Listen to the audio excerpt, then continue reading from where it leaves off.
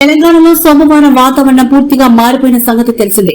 పలు జిల్లాల్లో భారీ వర్షాలు కురిశాయి. కాగా నేడు కూడా రాష్ట్రానికి వర్ష సూచన ఉన్నట్లు ఇప్పటికే వాతావరణ శాఖ ప్రకటించింది. మరో 2 గంటల్లో రాష్ట్రంలోని పలు జిల్లాల్లో వర్షాలు కురుస్తాయని పేర్కొంది.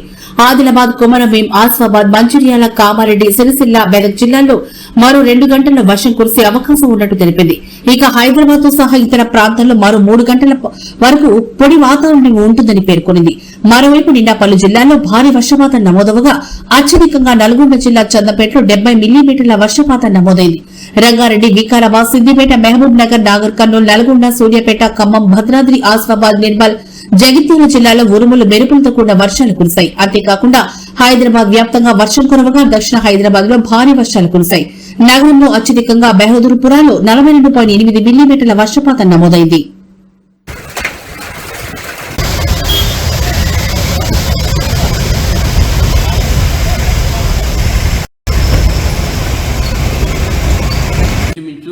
దగ్గరలో ఉన్నాయి.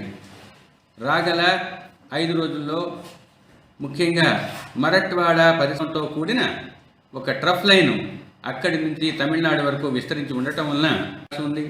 2వ రోజు అనగా రేపు ఉరుములు, మెరుపులతో కూడిన జల్లులు 1-2 చోట్ల కోస్తా జిల్లాల్లో పడే అవకాశం కనిపిస్తుంది.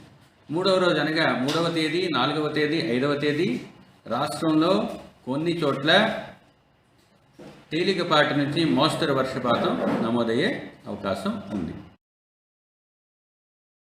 సీఎం రేవంత్ రెడ్డి నాయకత్వంలోని కాంగ్రెస్ ప్రభుత్వం